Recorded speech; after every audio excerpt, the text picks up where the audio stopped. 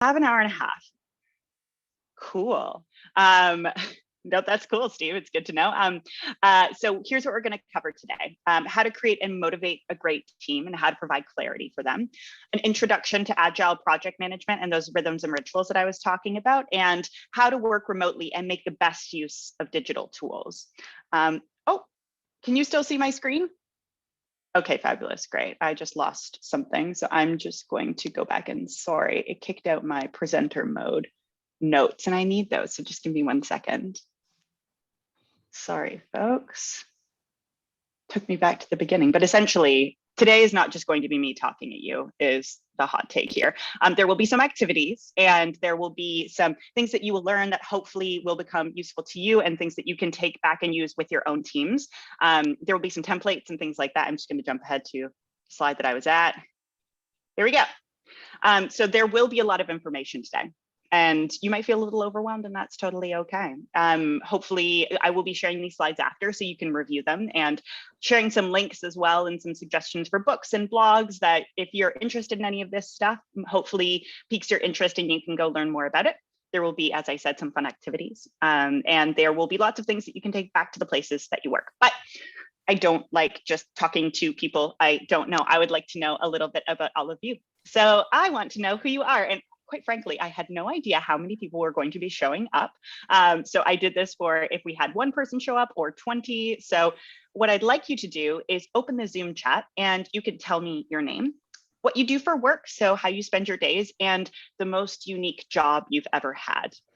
So in the chat, I'm just going to say mine out loud. So obviously I'm Eva, I'm the head of delivery management at FutureGov. And the most interesting job that I've ever had was I was an educational tour guide for sort of teenagers going on their end of year school trips to Canada's capital city, Ottawa, as well as Montreal and New York City. So I know a lot of very random, weird facts about those cities. That would be my most unique job.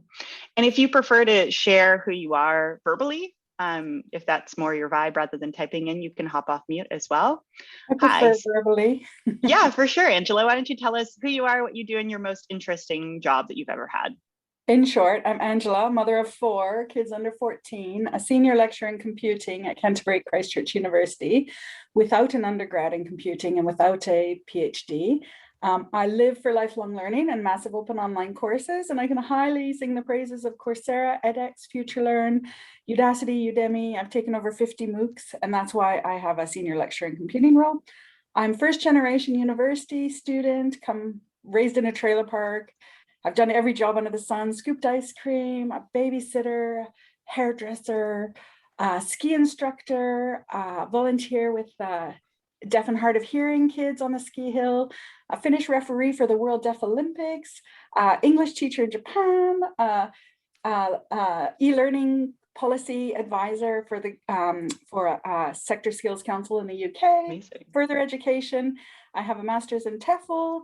It's all very random. Anyway, all places lead me to here, and kind of online work that is more equitable, inclusive, diverse, and supportive, I suppose. Kind of a future of work where everyone has a place and a role. So it doesn't matter the age, it doesn't matter the background, doesn't matter the literacy level, doesn't matter the language.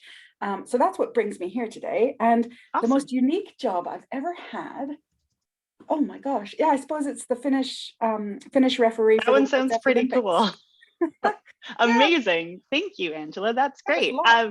No, that's fabulous. And I'm just going to read through the chat a little bit so I can get to know all of you. So Steve, you run Jump, a marketing agency, and your most interesting job, a full-time trampolinist. Brilliant. Oh my goodness. That's amazing. Danny, you work at Northants, the membership organization. Amazing. And you used to sell yeast.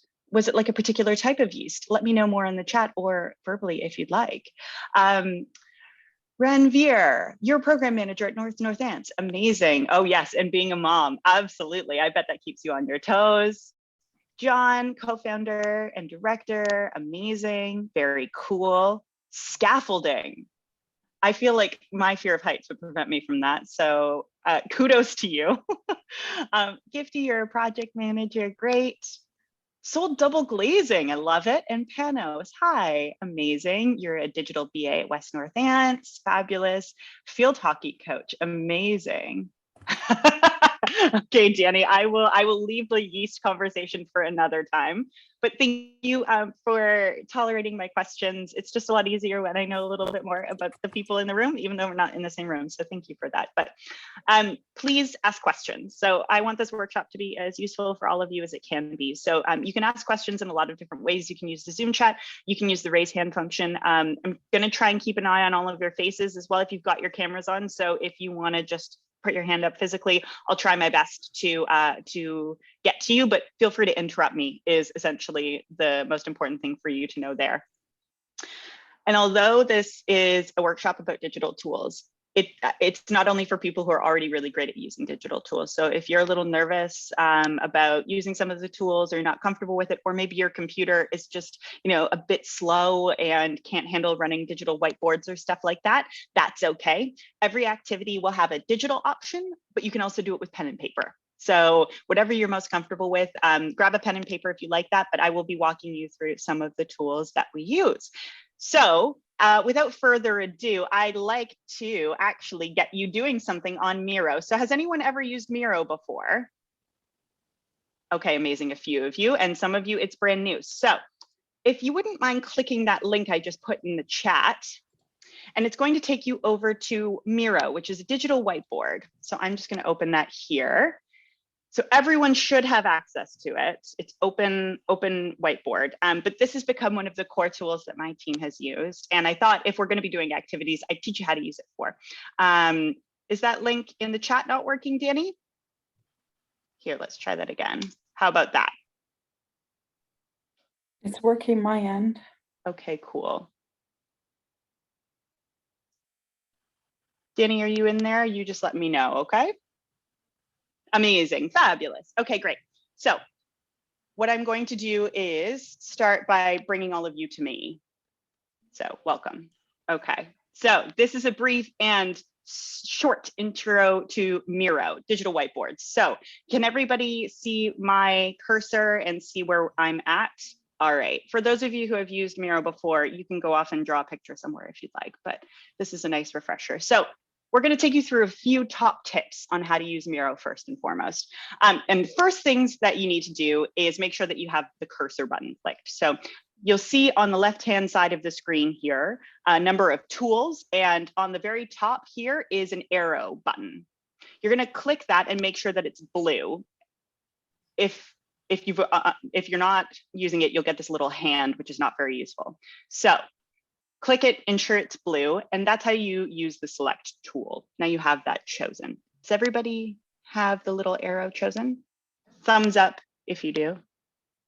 Cool, great, fabulous. Okay, I'm just letting someone else into the room. I'm going to repost that Miro link there. Hi, Kiri, we're just getting started on our first activity. If you want to click that Miro board link. Okay, so everybody's got their little arrow, a little cursor button highlighted. Is that correct? Great. So I want to show you a bit around the Miro verse. Let's call it that. So in the bottom right-hand corner of your Miro screen, you're going to see a percentage sign over here. It may look like that. Does everybody see it? So this is sort of how you navigate the entire Miro board. And some of you may have this little map button as well. If you don't have the map button, click the percentage button and it should pop up. And now you can see this little in the bottom right-hand corner here. This is the entire Miro board that we've got going. So you're able to navigate around the Miro board using this map. So let's say I wanted to go over here into our next activity, I can do that. And it gives you a sense of sort of, because Miro is a bit infinite, it can be a bit intimidating and hard to look around. So that is sort of how I would suggest you navigate around Miro. And you can make the Miro board bigger or smaller over here as well. Try out some of those buttons. Everybody comfortable with that? Understand those things? Yeah. Okay, great. So the third activity is now to create a post-it note, which for me, it's one of the biggest things that I miss is being in a room and throwing post-it notes on the wall with people and working through ideas. And so what I'd like you to do is create a post-it note. So this is how you do it. So if you go over to this menu that we were working on before on the far left-hand side, you'll see this button here that has a little sort of, it's a square with a turned up corner. Does everyone see that? Click that. Oh, amazing. I see some people doing it. Click your favorite color post-it. You choose whatever you want, and then that will populate a post-it note for you. And write me a little note. Write whatever you want. I would just like to see that you're capable of doing that. Fabulous. Great. I'm loving it. You are capable of doing this. Fabulous. Don't worry about being late. That is okay. Okay, fabulous. Everyone feel comfortable creating post-its? Top tip. You can actually create bulk post-its, which don't do that now because then this will just turn into a post-it note party, which we want later.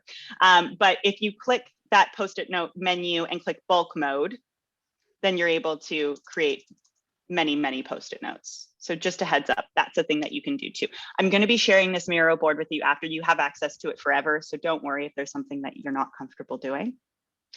And this is just a bit of a heads up, a little know-how around sort of all the other stuff that Miro can do. So if you look at this left-hand menu, this is where you're going to find a lot of great stuff. So there are lots of pre-designed templates on Miro. So that second button in the left-hand menu, you can type text as well or copy and paste text into the board. You can create shapes.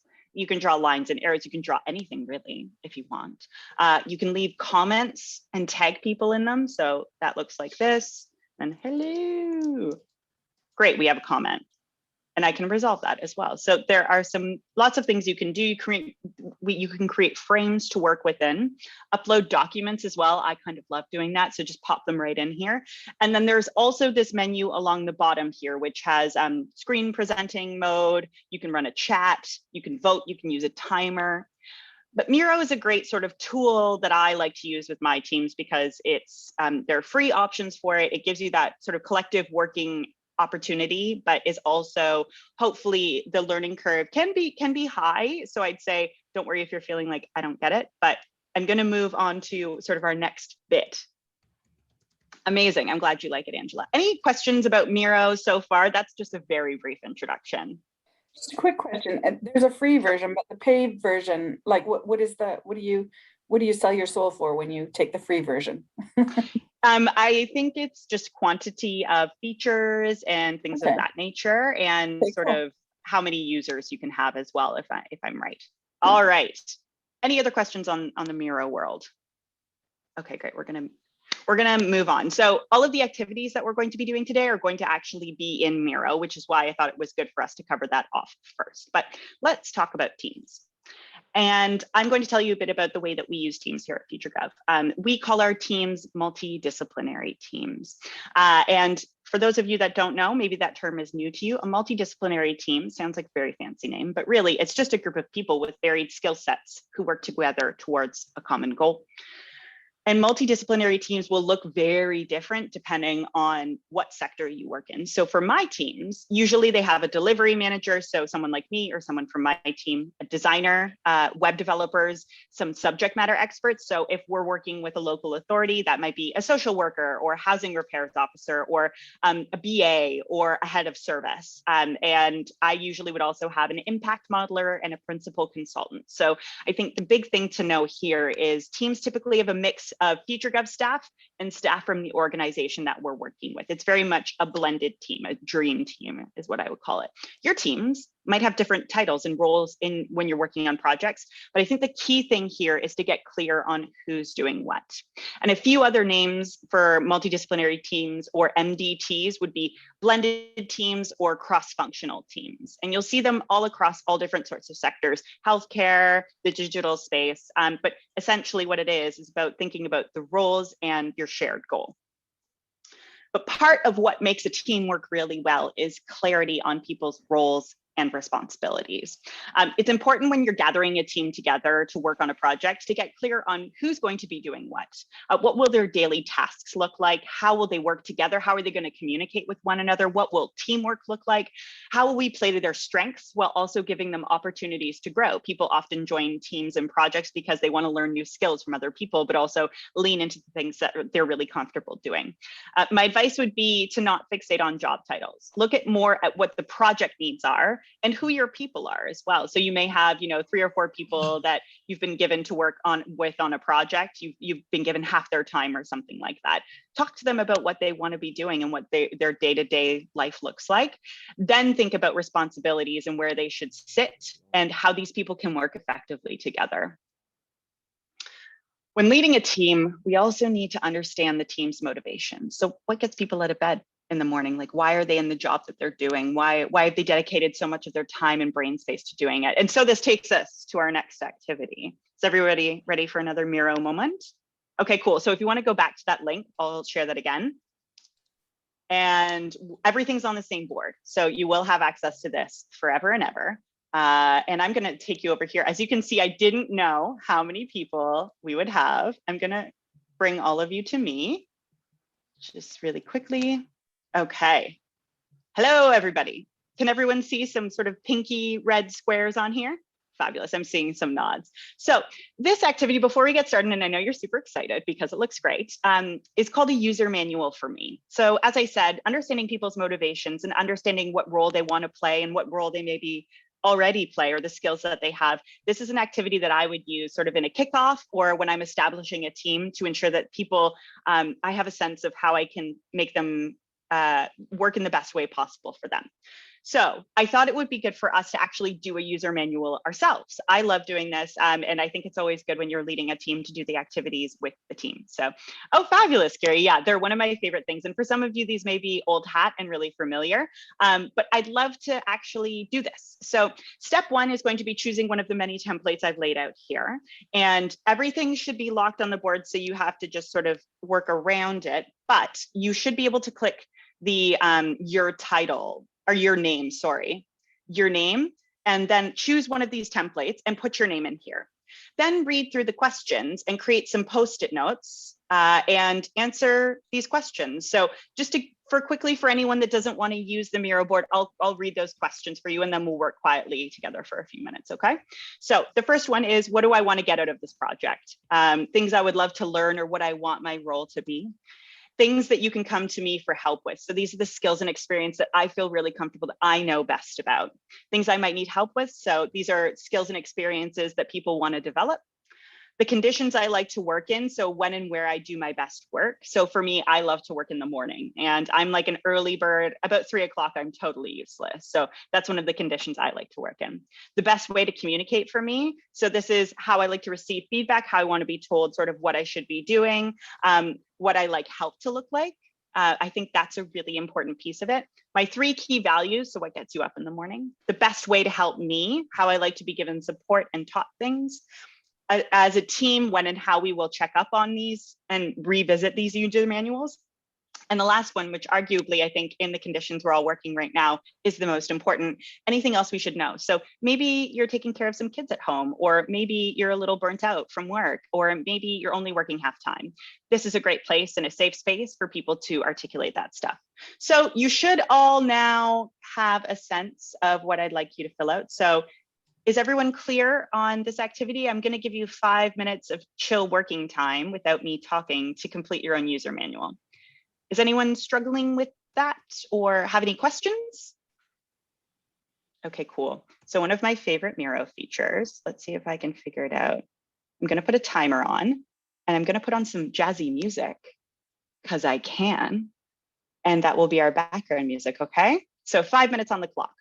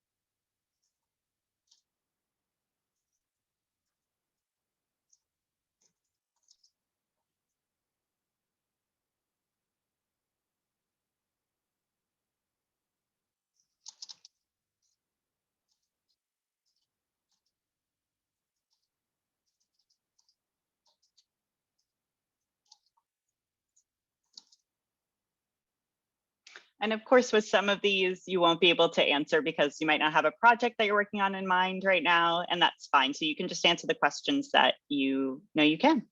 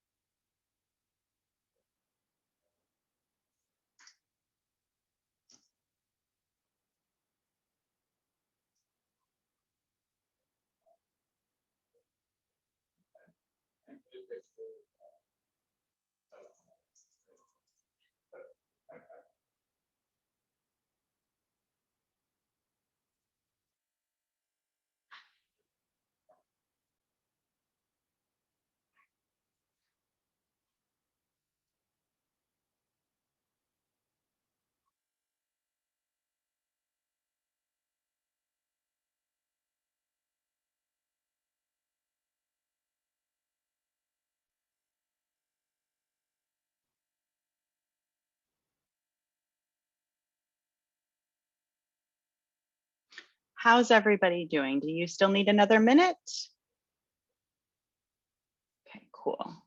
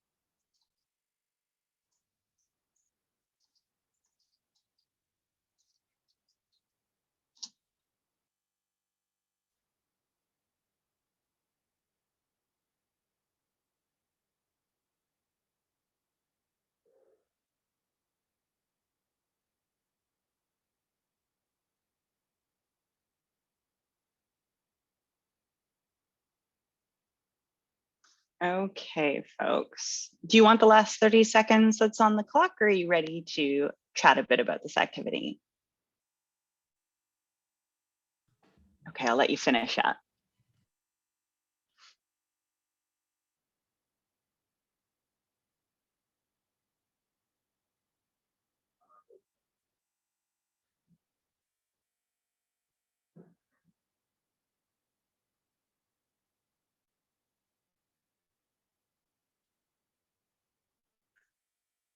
Okay, fabulous. Alrighty, folks. If you haven't finished, that's okay. This is something you can do on your own time. And it's something I would suggest if you're going to incorporate it into working with your teams. And no worries, Gifty. I just saw your note. We can do all of the activities on pen and paper as well. So fear not. But thanks for letting me know. So with the user manual, for me, it's a really helpful tool to revisit as well. So throughout the time that you're working together with a team, if you know someone has a really keen desire to learn something, keeping that in mind and making sure that they're involved in certain activities or opportunities throughout the lifetime of the project really shows that you care about the people that you're working with, but also they feel like they're getting so much out of the project. And these are really helpful ways to have frank conversations around working patterns and ways of working as well, in a way that doesn't feel too antagonistic, because everybody's doing this as a collective. And it's something that you can also, if there's something that you learn in this, you can pick it up sort of offline one-to-one with someone if you want to talk through the best way to support them. But any questions about this activity or anything that I've outlined so far? Okay, cool. Yeah, Then I'm one quick question with sure. user manual. Is it easy for you to set up to begin with? Like, is there information on how to set up those templates? Yeah, I mean, and you can have that template as well. So I typically tend to ask, it used to be more about, I tend to focus it around a project. And these tend to be some of the standard core questions, but I've incorporated more around health and well-being than I did before. And I've done it in an Excel spreadsheet. I've done it on Miro. I'd say the format is really up to you, but the questions are the really key bit. Yeah, I think for me, I'm because I'm a lecturer, I'd be with my students. So even up to 120 students. And I'm just wondering if that is kind of a manageable thing. Yeah. I think it potentially could be if you're making decisions about things like deadlines, or if you're scheduling certain things, or talking about the way that you're communicating with people, like knowing if 50% of the class prefers verbal updates or written updates, that might be helpful for you. You might want to do a more truncated version for a group that big though. Cool. Yeah. And actually get to work in groups maybe to do it. Yeah. Yeah. I think in like smaller like tutorials and seminars, that would be a really nice thing to do. Hello, we've had a new person join. Hi, Mickey. How are you doing? Welcome. So we're just partway through and we just completed our second activity. So I'm going to pick up where we left off, but let me know if you're having any trouble catching up. But Eva, yeah, can I ask a question? Sorry, and totally. I might be skipping ahead here, so tell me to shut up if you're going to come on to this. But will do. In the example that we just heard from, up to 100 people kind of completing this activity, you'd expect obviously the answers to be potentially quite fragmented. How do you then tackle working with a load of different people who like to work in a load of different ways? Is that sometimes unattainable? Do you go with the majority? Is it a community type thing? Obviously, you also have procedures that you work with at FutureGov of the way that FutureGov needs to work. Any thoughts? Yeah, it's a great question. So I think before you do an activity like this, there's going to be conditions that are sort of expected around your working pattern. So if you're working in a sort of like regular 9 to 6 working pattern, there might not be a huge amount of flexibility on that. So I would expect that the team would sort of acknowledge that collectively before they do an activity like this. I tend to do it with smaller groups. So my project teams tend to sit around anywhere from 5 to 15 people. And if I know that everybody is not a morning person except for me, I'm not going to schedule our regular meetings for 8:30 in the morning or 9:30 in the morning. So I think the thing to do with something like the user manual is it gives you an insight into the individual and it helps you understand their motivations and their priorities, as well as sort of the potential roles and responsibilities they could hold in a team. But then also when you're making decisions about how you're working as a collective, that's where you can look at them more broadly across the board and sort of make decisions that make the most sense for as many people in the team as possible. You're never going to be able to get it totally perfect, and you're never going to be able to meet everyone's needs as much as I think I'd like to, but this gives me a sense of knowing sort of a little where those sort of trends come out in the team. Does that make sense, Steve? Yeah, I guess it would be setting the parameters around the activity first to tell people that we want to understand them. It doesn't necessarily mean that then we're going to change everything that we do. Exactly. Okay. Yeah, absolutely. And I think framing an activity like this to be around sort of as a delivery manager, I want to know how you best work to ensure that whenever possible, I'm going to create the conditions that work best for you. Sometimes that's not going to happen, or sometimes that won't be possible, but wherever it's in my control, I would really like to. Right, yes, and Kiri, a great link. Cassie Robinson is such an expert and she's got a lot of great resources. So I highly recommend checking out her stuff too. So the team should also have a shared motivation. So we've learned here through the user manual for me a bit about what people's values are, what their motivations are, but there's something that you should do to make a team feel like a team, and that's to figure out what's driving them as a collective. And there are lots of ways to create that shared motivation for a team. But sort of the takeaways from this part of the workshop are getting clear on who's on your core team. So who are the people that you're working with, what roles they should play or what responsibilities they should hold, and what motivates them should inform the way that you work together. It shouldn't be the ways that you work dictate sort of the people in that. You want to put people first. And so I want to take us into another part of this presentation around ways of working and talking a bit about Agile, which is sort of the project management approach that we use here at FutureGov and is pretty common across digital teams. But just wanted to pause there and see if there are any questions on the first part of our presentation so far. Okay, I'm going to keep going. So, how many people know what Agile is? Does anyone know what Agile is? Awesome. Thanks, Danny. See ya. Okay, cool. So if you don't know what Agile is, I'm going to give you a more technical definition, then we can talk about what it really feels like in real life. But Agile is a method to deliver projects, and it's known for being flexible and adaptable. It's first and foremost dictates a team's rhythms and the ways that they work, but it also has an impact on the team's culture, and it fosters an environment of trust and transparency. One of the big and most important parts of Agile and why you work in an Agile way is to encourage collaboration and honesty, and it's sort of two-way, multiple ways of working. Agile allows us to learn from our work and adjust as we go. This is known as iterating, and this is sort of what Agile looks like a bit more in practice. So this is what we would call an iterative loop. And so these are the kinds of things that you would do in an Agile project over and over again, giving you the chance to improve on the work that you've done. So you might start by designing something, and then you're going to build it out into a prototype. That's a way to test things. So it could be on a piece of paper, it could be a piece of software, it could be a different way of having a conversation. Prototypes aren't just sort of technical, scary things. And then you're going to look at that thing that you tested and figure out if it's working or if it's not. And then you're going to work on it again and again.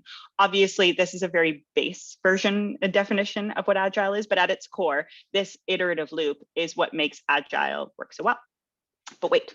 Agile has its roots in software development. Came out of the late 90s, early 2000s, dot-com boom. A bunch of software developers got together and were like, we're going to do this new type of project management.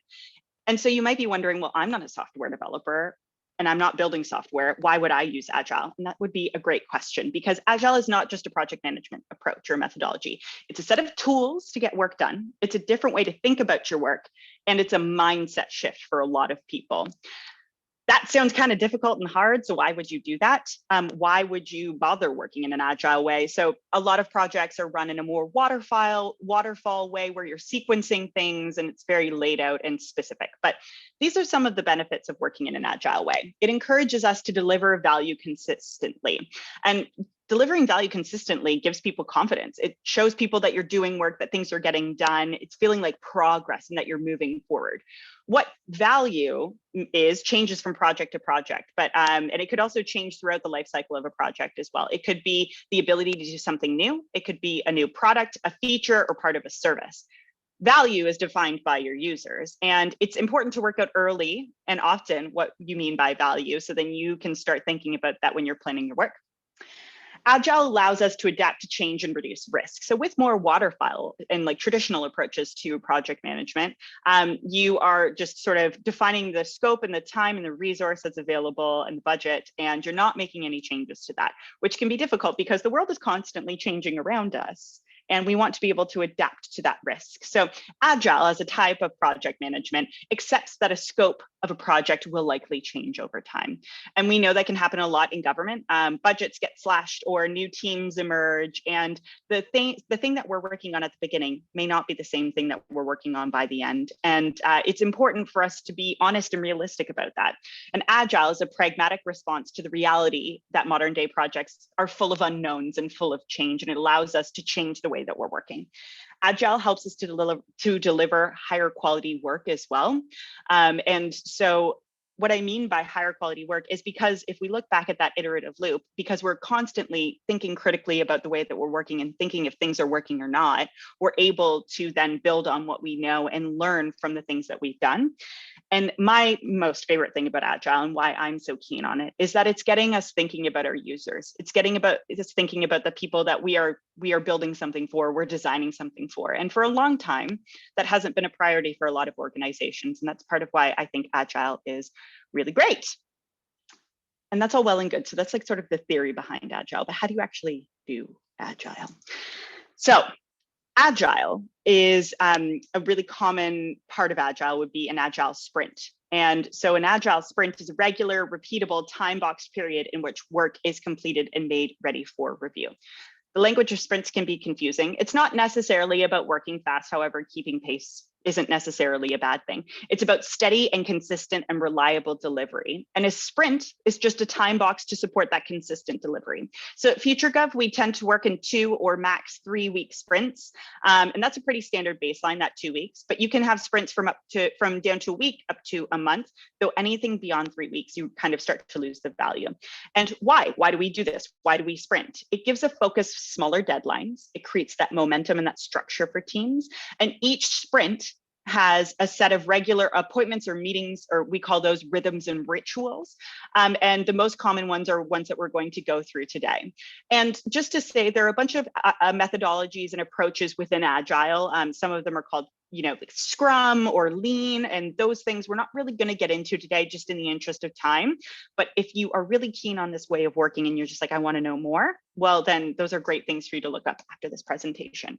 So we've got a sprint, and it's 2 or 3 weeks long. In a sprint in the Agile world, we're going to be doing similar things every 2 or 3 weeks. We're going to have sprint planning, stand-ups. We're going to actually do the work as well. We're going to do show and tells, or they're also known as show and shares, and retrospective. So I'm going to quickly explain sort of what those are for folks that haven't done them before, and what it looks like running them in a remote world, because a lot of these rhythms and rituals were done by collaborative teams that were all together on site. And obviously that's not an option right now. And we don't know how long it'll be until we can do that again. And some of them actually almost work better online as well. And for distributed teams, they can become really valuable tools. So sprint planning.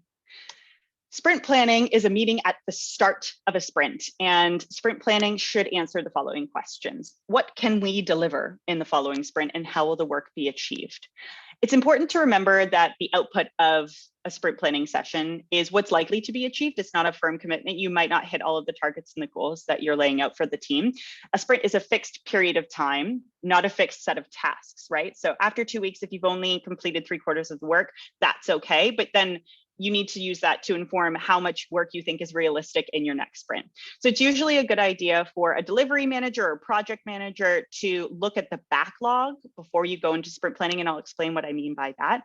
But I think the sprint planning session typically goes like this. You'll set a couple of goals for your team. So it could be, start user research, or it could be something else. But you'll have 2 or 3 goals, or just a few, and then a number of tasks or activities related to those goals that you will do over the course of the sprint.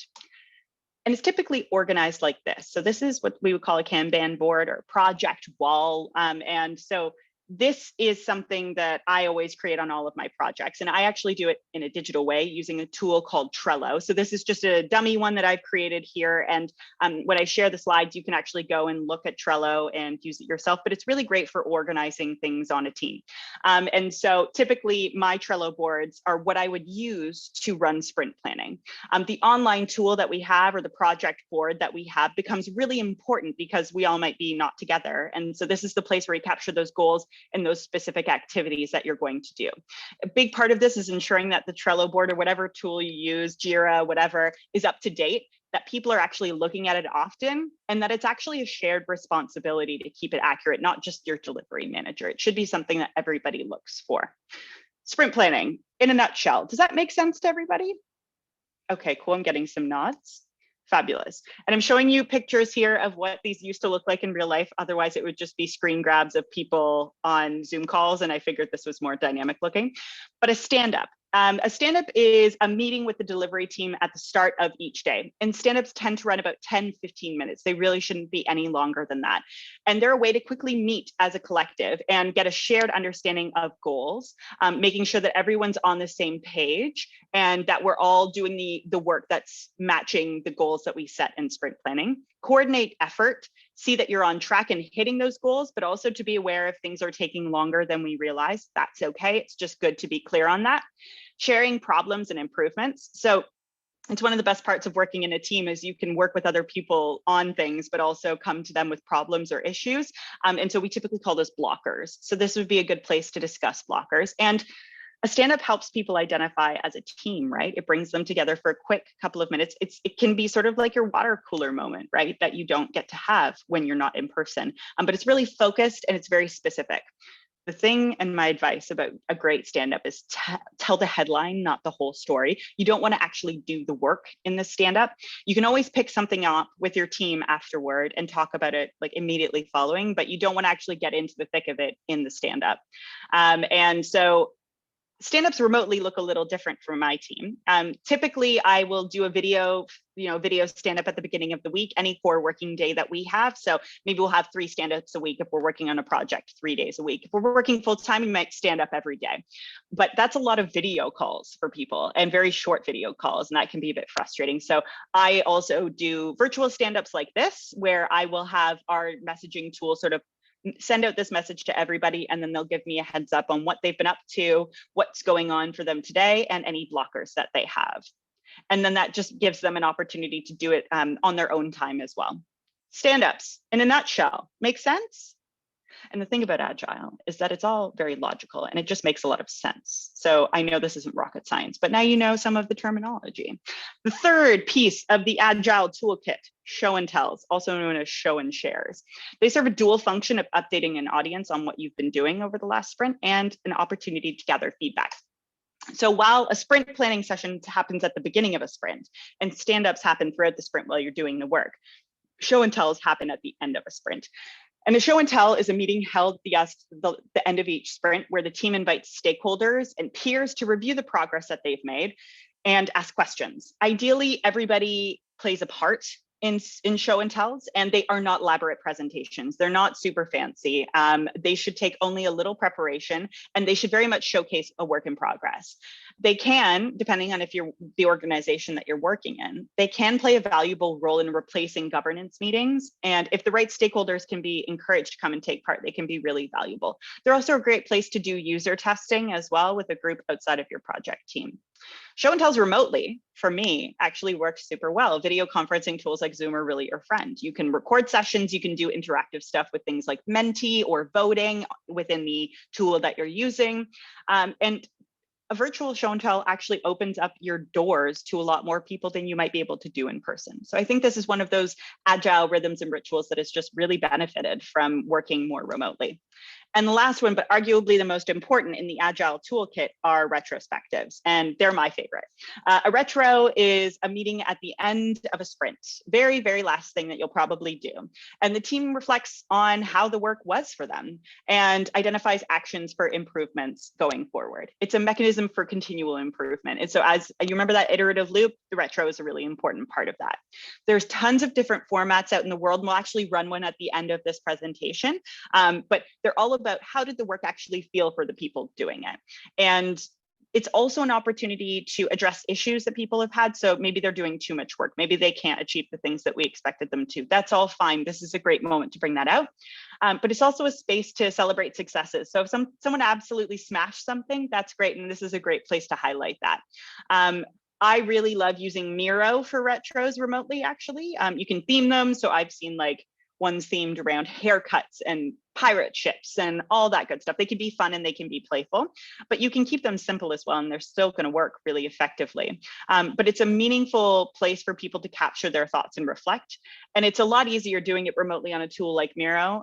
Usually I'd have a pile of Post-it notes on my desk doing an in-person Miro or an in-person retro. So doing them online seems to make a lot of sense to me. So those are the Agile tools and tips and tricks that when I say Agile rhythms and rituals, these are the regular meetings that happen within those sprints that I mentioned. But let me tell you some advice. Don't use Agile rhythms for the sake of it. Rhythms and rituals should answer questions and serve your team.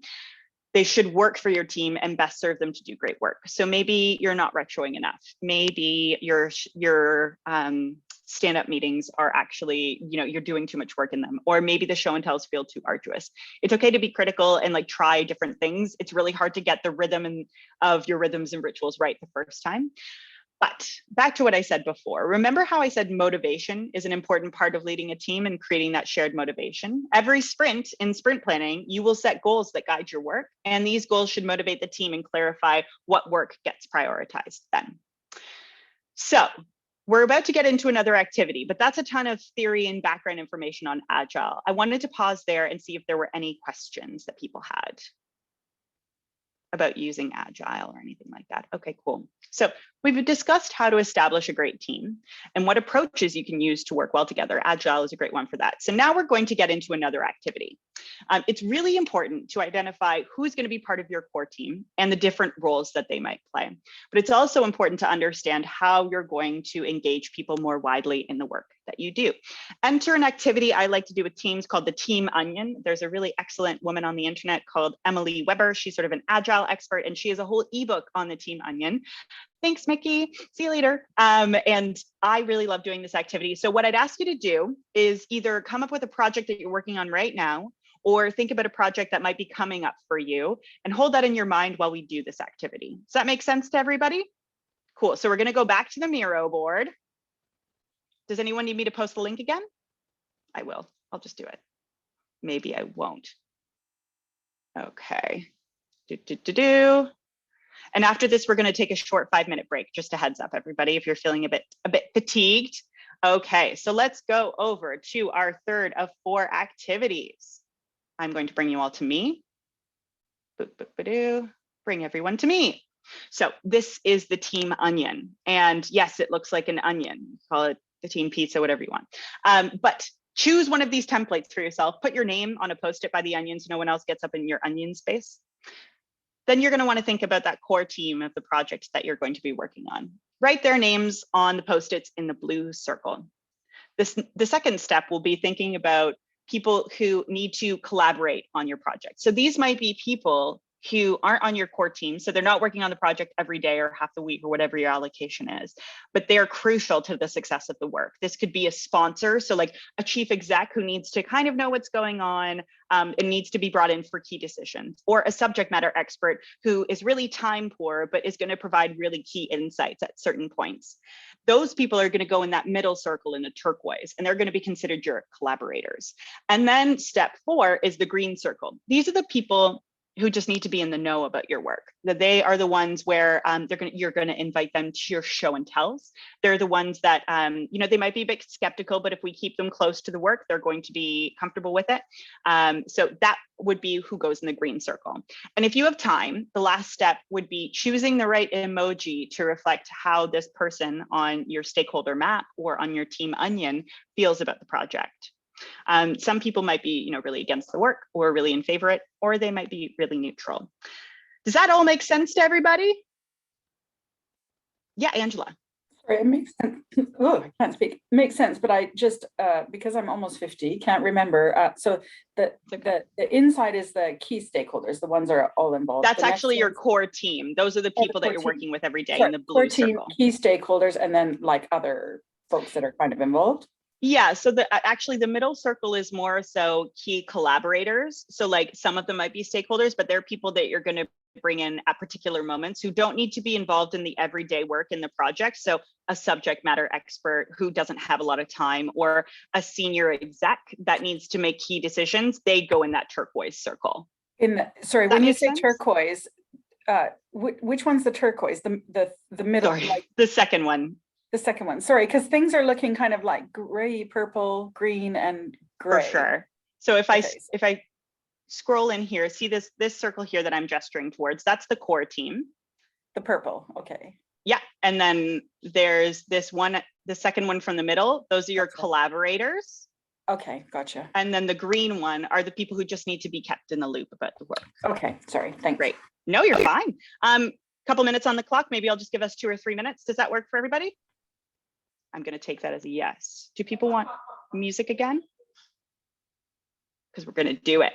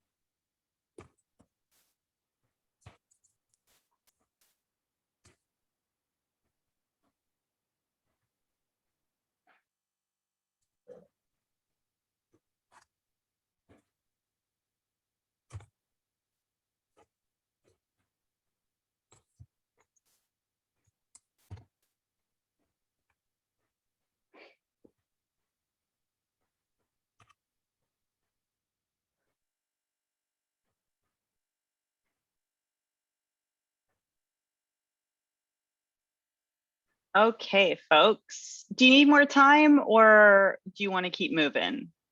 What would be best? Keep moving. All right, thanks. Yeah, and this is an activity that is great to do with a team.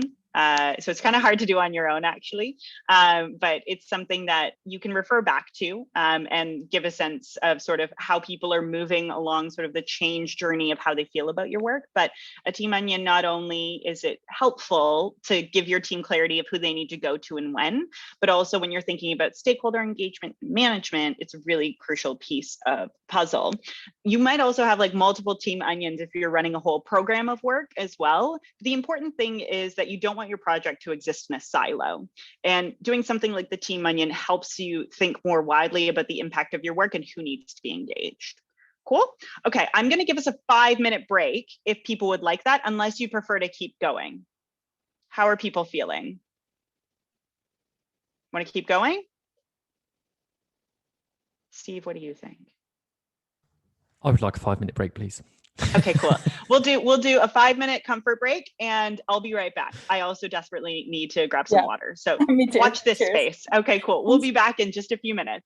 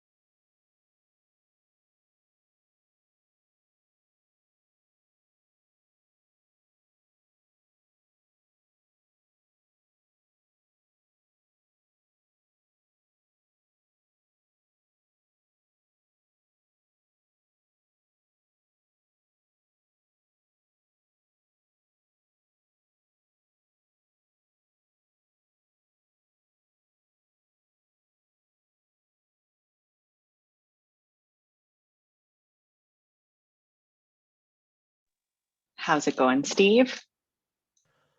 Very well, thank you. Very well. I'm enjoying going through all this kind of stuff. Good. Oh, I'm glad to hear it. Yeah, the Agile bit is always like a lot of me talking. So I'm happy to have that bit over. No, do you know what? We follow kind of Agile, but I won't say that I find it always easy. And No. I really enjoy, therefore, constant going through the methodology again, because it reminds you of kind of the core pillars of why you shouldn't miss little bits, which are really easy to miss.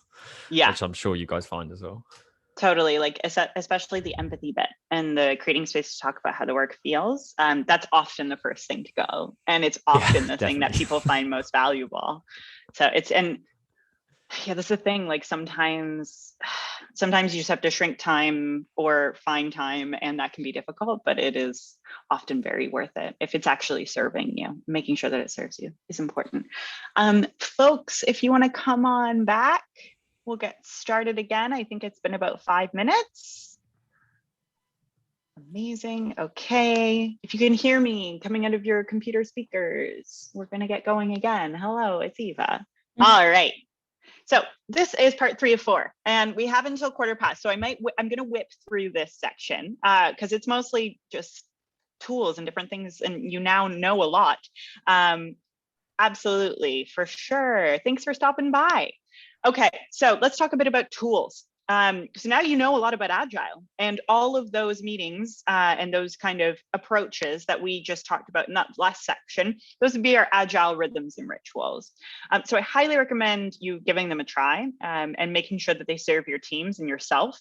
The way that I like to organize my teams and my projects is using Trello, which is a free tool up to a certain point. And with a lot of these tools, if you're using them at a pretty basic level, they're free. Some of them are paid, but there tends to usually be free options out there as well. But Trello is great for organizing a team and providing a shared sort of project board. There's lots of great video conferencing tools out there. We're using Zoom right now. I'm also a big fan of Google Meet to a certain point. It's got some great functionality and again, free. Microsoft Teams also has some good stuff too. Are there any other sort of like video conferencing software bits that people have used out there that they really love or they particularly loathe? We use Skype a lot, and I absolutely hate it most days because it's buggy as hell. So it's really convenient for just calling people on the hop, but oh man. Yeah, it's a hard one. Kiri, I see you've come off mute. Hello, what about you? What do you think about video conferencing stuff? I still really like Whereby. But the free version is only for people. But whenever anything else breaks, it's always reliable. Oh, That's a good go-to. Yeah, and nice for a nice small group, especially like projects. That's really good, like a small project team. Any other ones? Angela, did you want to add anything? No, just I those are the only ones I use here that you've mentioned. There's also collaborative working tools as well. So obviously you're all now Miro wizards. Congratulations, here is your certificate. But there's other tools and approaches out there. Jamboard is a big one. Mural is another one. There are tons and tons. Yeah, Padlet. And I saw a couple of ones. Are there any other ones that people use as well? Sort of like collaborative working tools. Yeah, Panos. Yeah, there's Jamboard that you can use with Google. It's native on Google Meet as well. And for Teams, you've got what is it called? Whiteboard, I think. Yeah. Yeah. I'm seeing more of those sort of like integrated tools as well. Like if you're on Google, you have this, and that, and Microsoft similarly. The other thing that we've used a lot in the past when it comes to academic research is just like a good old-fashioned OneDrive shared doc. Oh yeah. Yeah, remember Dropbox? Like I left Dropbox. I still use Dropbox. What do you mean remember it? I still love Dropbox. Me too. Yeah, we use it a lot as well, especially for like our big chunky files and for organizations that can't use Google, which is quite common. So like also often, Evernote. Oh, sorry. Yeah. Go ahead. No. Evernote is great. Yeah, I totally love it. But any other tools that like you've started using in the past year and a half that you're just like absolutely obsessed with or you absolutely loathe that maybe we haven't mentioned here? No. I was banging on to Eva before we started about a tool called ClickUp, which is kind of incorporates Trello, incorporates a bit of kind of everything, which is like a high-level project management system. Again, it's got a really good free version, so search it out. It incorporates Slack and stuff like that, like as in it replaces Slack and this and that. Yeah, I'm also a big fan of Slack. We use it here at FutureGov. I've used it at a number of other workplaces as well, and it's sort of just become my go-to place. I'm learning how to use Teams for the first time as well. So like the organizations that I've been working with over the past year and a half haven't been Microsoft ones, but I'm working with a new client and I am learning a lot, and it is interesting for me. But the reason I sort of give you a light touch version of like there's a plethora of tools out there, but at a most base level, before you make any choices about tools, consider what you and your team are trying to do and then choose the tool whenever it's possible. Try to not be dictated by the tools that you're using because they'll dictate the way that you work. Of course, if you're in an organization, it might be that you have to use Google or you have to use Microsoft, or you have to use something else. But think about why you're using the tool and what you're using it for. And also don't get too attached to one tool because you never know what's going to happen. Your organization might shift and switch, but it's good to understand sort of what the purpose is. That's the most important thing, and what you want to get out of it. I think also be open to suggestions. This is not a detailed, fulsome list by any means. These are just some ideas and tools that I like using, but I am not the tool expert. I think at our most basic level, we should really be thinking about why we're using this. And yes, Notion as well, and Parable, also great. But let's jump into our last section of the workshop. Let's talk working remotely. There are just a few things before we do our final activity that I wanted to share, a couple pearls of wisdom, which sounds fancier than I mean it to be. These are some things that I've realized over a year and a half of working remotely, going into completely working remotely. Getting to know people really still matters. Taking that time to know the people that you're working with, creating conditions and spaces, and those slightly awkward, weird Zoom drinks that we all had, like those are important because we are still working together in projects, on projects and in teams. And we don't have that space where if we were working together in a space before, we did have. So finding the time, making the time, and creating activities around getting people to know each other is really important. And it's part of why I found Agile to be really, really helpful to me over the past year and a half, because I'm meeting with my teams every 2 weeks to talk about how they're feeling. I'm doing stand-ups, and I can see when someone's, really tired or fatigued, and I can see when someone's having a great week. And that really helps me when I'm leading a team or acting as a delivery manager, to know when to push people and also when to take a step back. Repeat yourself a lot. I have a rule of 3. Every time I post something for my teams and my projects or the team that I lead here, I post it 3 times. I say it to the team, and then I'll post it twice on Slack, and then I'll maybe do it one more time. Our memories have totally changed. Like, we're living in completely different conditions. And so I think it can feel a little frustrating sometimes to repeat ourselves, but it's so, so important. And I just highly encourage you to remind people gently and consistently do that. Yeah, Angela. Yeah, just a quick question. I'm interested in that, actually, the 3 times. But have you had any feedback from staff on it that say that's too much, or that say it's really great, thanks for doing that? Or I don't do that 3 times, and I'm just wondering, does it really work? I'm skeptical. Well, I suppose that's for me, yeah. So sometimes. And I wouldn't say three times for everything, but when I'm communicating specifically with my team, I find if we have a team meeting and I mention something to them, I'll be like, hey, I need you to do this thing. Then they'll be like, okay. And then I will repeat myself in a message, maybe the same day. And then a couple of days later, I'll be like, hey, remember to do that thing. Yeah. And I find I see. So it's not like, oh, say it in a team. It's not 3 times in a row. Okay. Definitely. That would be the worst. So it is kind of like you do it at the moment, and then you you distill the important key actions that need to be done. And then you remind people kind of maybe later that day or day later. Exactly. And then just before it's kind of due, saying, hey, you guys, have you done this? Or okay. Yeah, exactly. And I'd say, like, that's not a hard and fast rule. It is very much depends on the group that you're working with or the team that you've got. Maybe, like, I know some of my team members are way more organized than me, and they're like, yeah, duh, Eve, I already did it, which is always very humbling for me. But also at the same time, I know that, like, the way my team works, they'll typically have 2 or 3 projects on the go with different people. And so they're context switching constantly. And so my job as their head of is to make sure that, like, they know what's really important, that they don't have, they can kind of like work through all the stuff, the noise that they've got going on, because there is a lot more digital noise now, a year and a half later.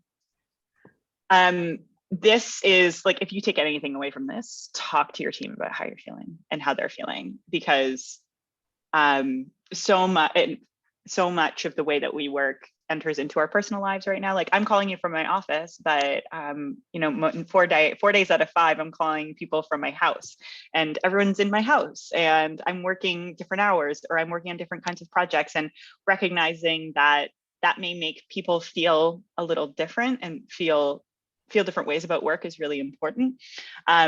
Things like retros are a really good opportunity to do that. I also love a casual one-to-one virtual coffees. I know they can be weird, but they're worth it. Especially for people who are new to a team or new to an organization, like being a new starter in a pandemic, holy heck, like that is a whole level. And so checking in with people whenever I have a new starter, I try to check in with them pretty consistently, like over their first few weeks and months.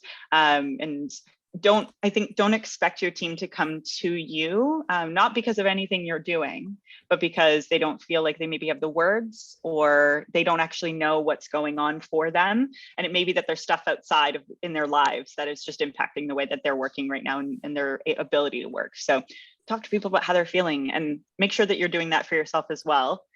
Screen fatigue is so real. So before I mentioned there's all these rhythms and rituals, and they can be done really well online, and that's really fabulous, and you can use all these tools. I have a higher prescription in my eyes now because I've been staring at a computer screen for so long.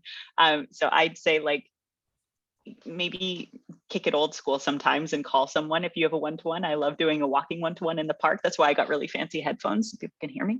And I think wherever there's an option for you to explore something that is maybe everyone's doing paper-based work or things like that, think about it. Like, my calendar got to a point where I was doing like 8 hours of meetings, right? And it was all video. And I was like, does it have to be all video? And I think before you're scheduling a meeting, always ask a question to yourself. Should this be a meeting? Does it need to be a meeting? Do all of these people need to be here? And does it need to be in this format? And I know for some of you, you might be going back into the workplace as well. You're still going to have like this weird moment of people working hybrid as well. And that will continue for a really long time. So being thoughtful about the way that you run meetings is really, really important.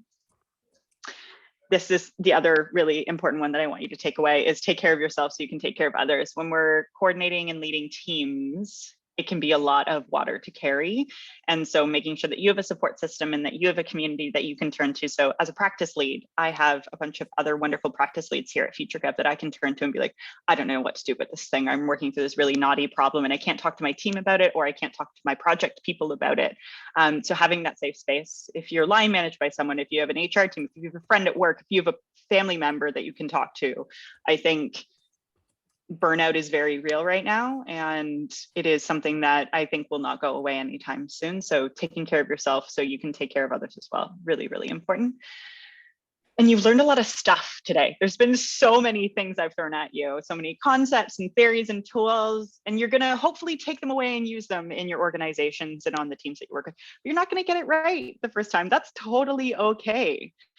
And the nice thing about working in an agile way and working with a digital team is that you can build in the time to reflect and adapt and make changes. And I think don't be afraid to change things if they're not working. Being critical of the choices that you're making is okay. And remember that failure is a positive, and you don't need to absolutely nail it every time you're going. So because I love a retro, it's my favorite activity. We're going to have a quick little retro at the end of this presentation. So we're going to take you back to the Miro board. And for folks that have just joined, hello. You're coming into a slightly unique activity that might not be super fun for you if you haven't been here the whole time, but you can definitely give it a try. Here's the Miro board we're going to be working on.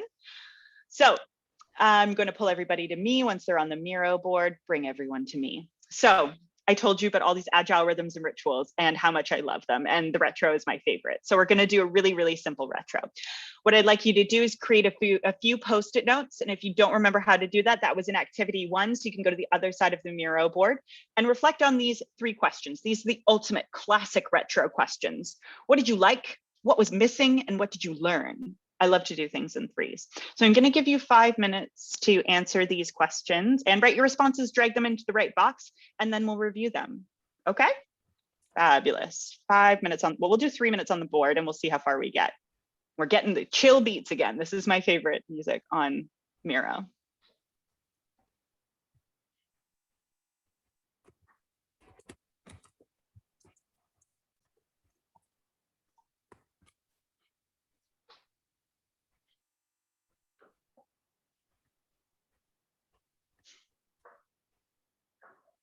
And also, if you don't like the music, you can just mute your computer and I won't be offended.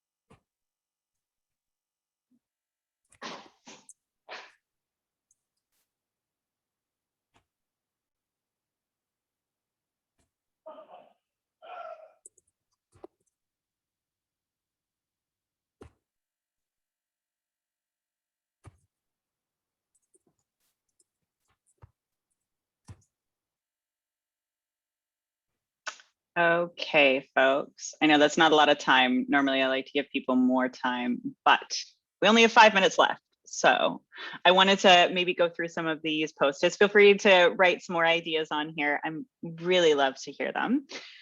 So what did you like about today? Liked the vibes, you liked the pace. I'm glad you liked Miro, all that good stuff. I'd love to get into what was missing because this is the first time I've run exactly this format of a workshop. And so I'm really keen to improve. So thank you for this. There's a few things around sort of when things go wrong and morale that I think would be a great addition. And I think I might try to shoehorn that in there actually. So thank you for that.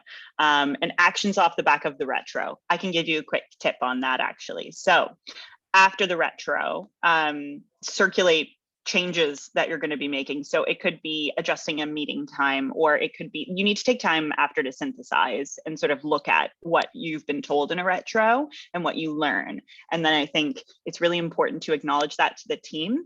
And so if you are making adjustments or changes, then talking to the team about the changes that you want to make, helping people understand where they come from, the logistics of running a digital team and starting a digital team from nothing, and feedback as well. Yeah, very quickly, because I can't cover it all, sadly. Giving one another feedback. It's something I actually like to ask in the user manual for me activity is how do people like to receive feedback? Because some people like to receive it face-to-face. Typically the way I do it, some people like to receive it digitally. Google Forms is a really great sort of anonymous tool, like where I often encourage my team to gather feedback after every project that they do. And you know, where questions like, where did I really shine? Where did you see me struggle? Or where did you want to see more from me, etc. That's great. But I think getting consent from people on what kind of feedback and when they want to receive it is the most important part. Team conflict and fracture is really difficult, and things going wrong, really difficult. It's not an easy thing, but I think taking the time to unpack things, and trying to understand sort of the root cause of where some of the friction is coming from is really important. And again, these are not fulsome answers. If I had more time, I promise I would give you them. But I think there's the logistics as well. I think a lot of it is dictated by the environment in which you're working. Are you on something full-time? Are you on something part-time? Do you have 5 people? Do you have 40 people on a team? And thinking about how that scalability as well. And then, oh, great, you learned some things. Yes, key pillars of Agile, the team onion, definitely. I'm glad. Well, a retro, as you can see, is pretty simple to run. And it's a pretty easy way to get some feedback, good feedback, helpful feedback. I highly encourage you to try running a retro on your own and using some of these other Agile rhythms and rituals. But in our last 2 minutes, what's mine is yours. So this Miro board is open to you. I'm happy to circulate more sort of like less Miro-y. I have like Excel versions of some of these or Google Docs versions of these exercises. So if you'd like, you can drop me a line. My email's at the end of the presentation, and I'm happy to share that with you. But please take what you learned here today and try it out with your teams. For those of you who are like, oh my God, I can't get enough, I want to know everything. There's a really great book around managing leading teams by a woman named Julie Zhou, and it's called The Making of a Manager. So if you're stepping into a management role, or if you just are leading a team of any way, shape, or any kind, I love that book. Resilient Management by Lara Hogan. When I talked a lot about empathy and understanding where people are at in their emotions and their feelings, this is a great read for that.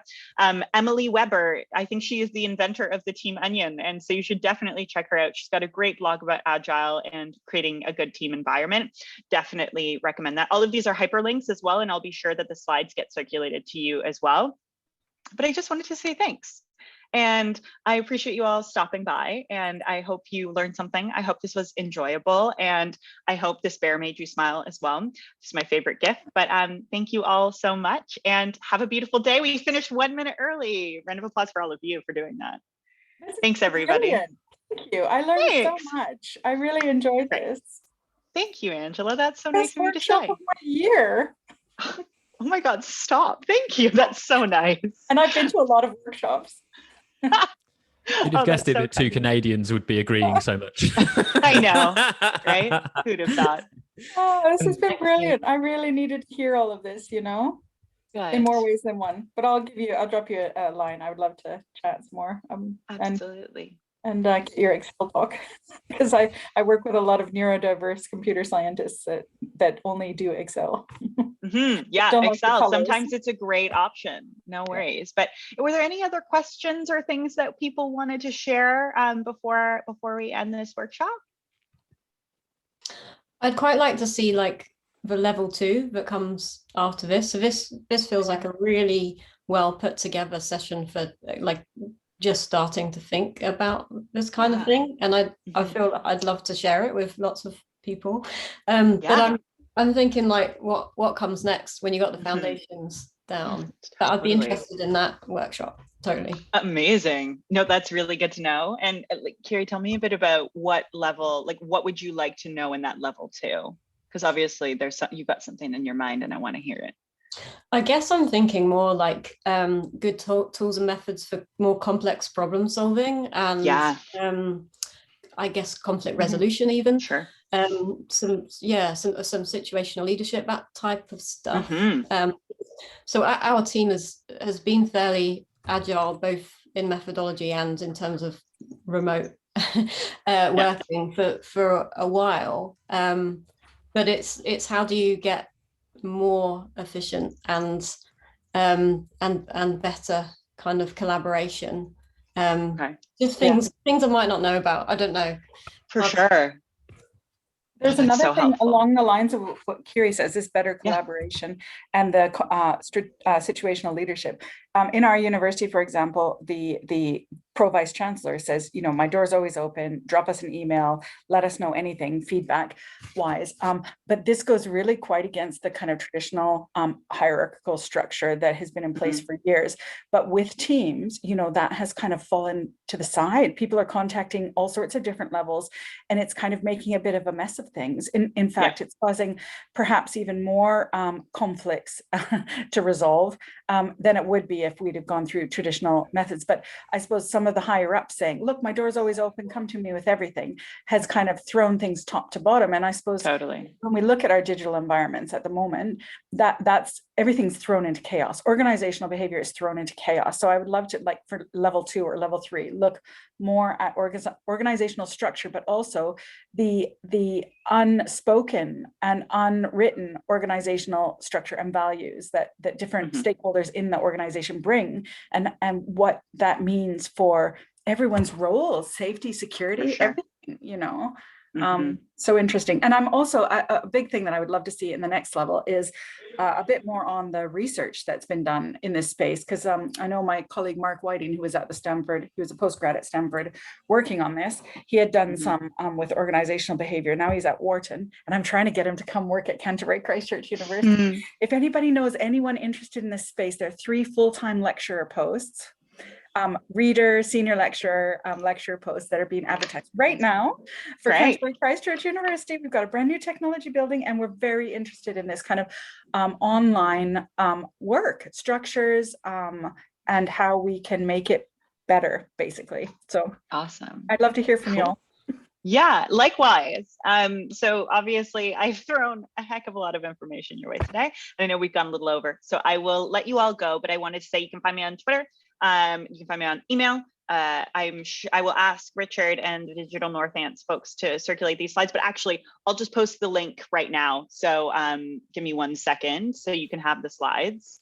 While you're doing that, Eva, let me jump in and say that Richard has asked me to promote the Merged Futures 3 hashtag. Please do share across every social medium that you can possibly think of. I'm sure MySpace is still going. Let's get some hashtags trending on there. And please do share what you thought of the session. Please tag Eva. She's on Twitter, which is at the end of her slides, and share the excellent kind of community that's come together today. A big thanks on behalf of everyone Digital Northampton to Eva for being our pilot today. I hope as head steward I handed out enough drinks and peanuts and things like that as we touch down into Northampton Airport on the digital runway. Thank you, everybody. I know, Eva, obviously you've got work to do, so rather than kind of prolong questions, we'll let you go, but I'm sure you'd welcome everyone to drop you a line if they had anything to. Definitely, please do. It was great to meet all of you, and I hope this was helpful, a good use of your Friday morning. Have a great weekend and have a lovely day. Bye. Thanks, everyone. Ciao. Take care. Later. Bye-bye. Oh, thanks, everyone. This has been brilliant. I'm going to go and make some lunch for my kids now. Oh, well, have a great time. Great to meet you, Angela. Keep in touch. Ciao. Take care. Bye. Thank you.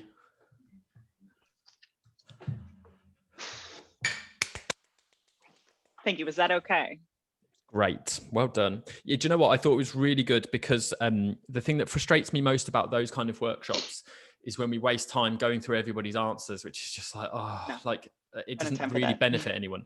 No, I thought. Also, you're still recording, just a heads up. Ooh, good shout.